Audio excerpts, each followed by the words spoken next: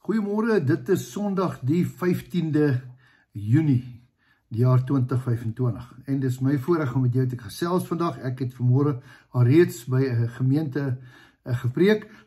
Verskoning so krapperigheidjie. Ek hoop jy het jou nagmaal daar, want ons gaan so 'n bietjie woord vat. Vanmôre gaan ek so 'n bietjie met jou praat en dis vandag Vadersdag. Nou, en elke pa wat luister, mag jy 'n wonderlike, geseënde, fantastiese dag hê.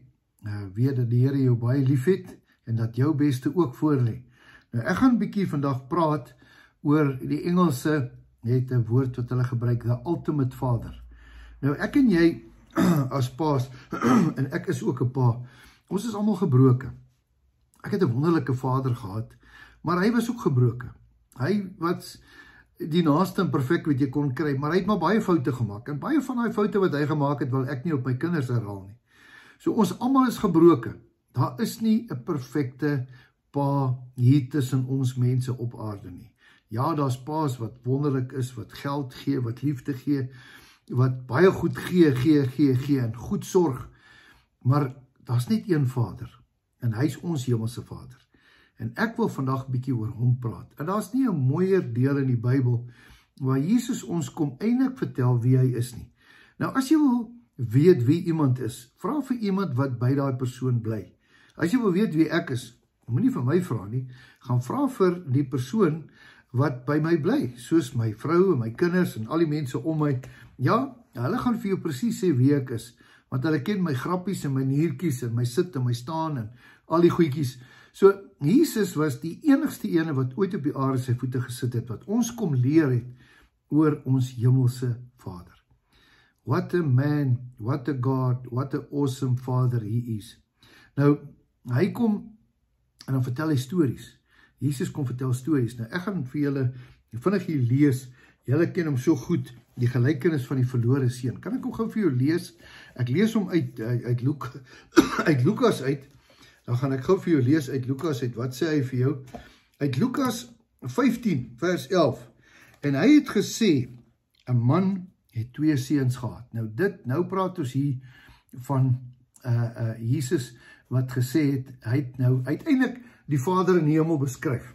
Hy sê 'n man het 2 seuns gehad. Die jongste van hulle het vir sy vader gesê, Vader, gee my die deel van my eiendom, gee my erfporsie, wat my toekom. En die vader het die goed tussen hulle verdeel.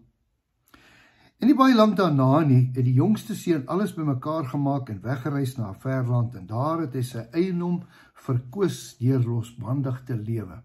Losbandig beteken, hy het maar baie foute gemaak. Kom ons dink aan vandag sy lewe, hy het dwelms gebruik, en hy het gedrink, en hy het al die verkeerde goed gedoen. Ons weet nie wat nie, maar kom ons sê nou maar, dis dit.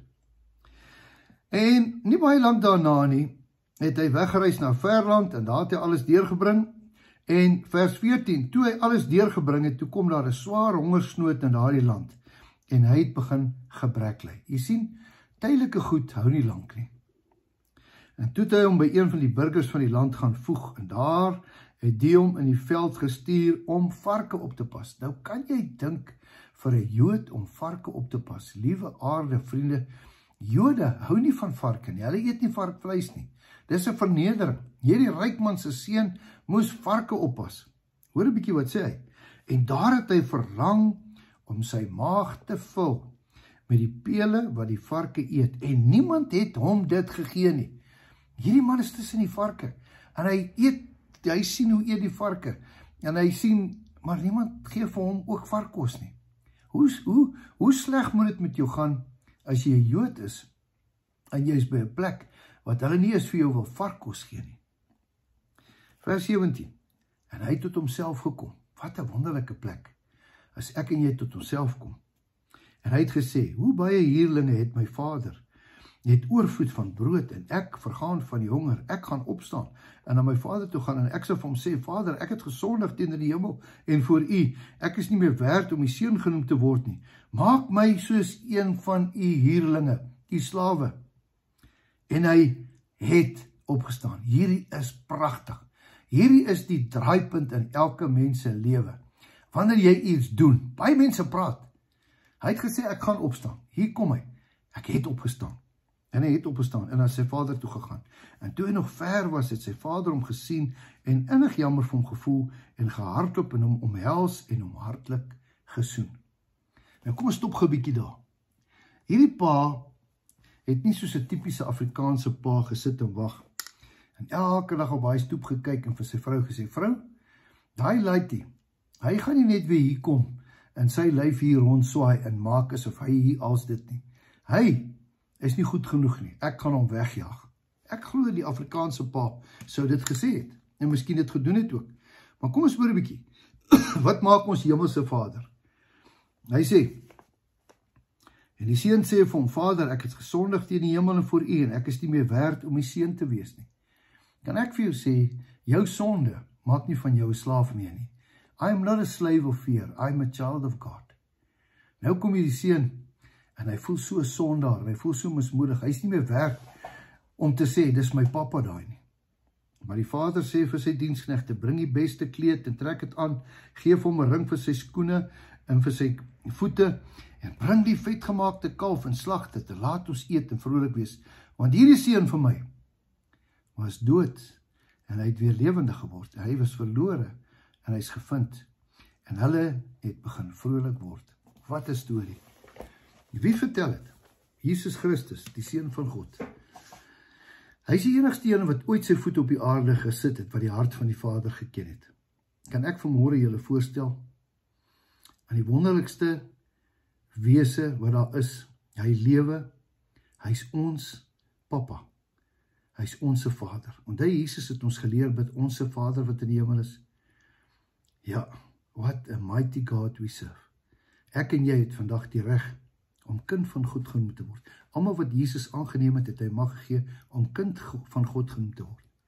Daarom is daar dan nou geen veroordeling vir julle wat in Jesus Christus is nie. Wanneer Vader ons vandag sien, kyk hy nie al ons foute nie. Hy kyk na ons potensiaal. Hy kyk na sy kind.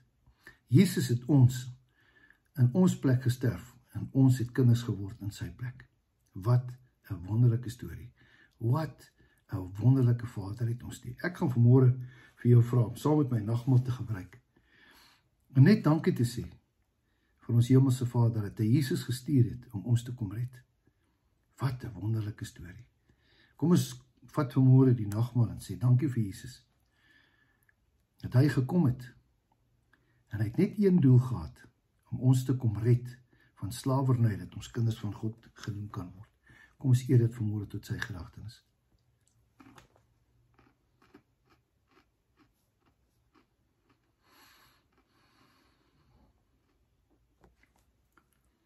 En dan die wyn,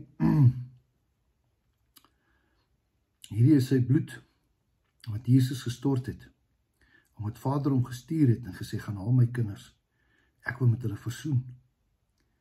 En Jesus sê, is my bloed, neem dit, drink dit, word deel daarvan, dat julle kan weet, ek gaan 'n prys betaal, sodat julle kinders van God genoem kan word.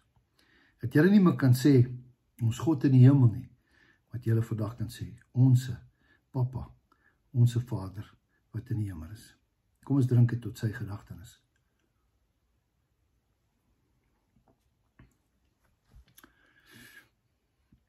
Hemelse Vader, baie dankie vir die liefde. Dankie dat u Jesus gestuur het om ons te kom demonstreer dat u nie meer veroordeling het nie. Maar Here, dat u ons lief het met die ewige liefde. Dankie Jesus dat u ingewillig het, gesterf het. Here, dat ons met Vader kan versoen. Seën ons vandag. Is my gebed in Jesus se naam. Amen. Mag jy 'n wonderlike geseënde dag hê.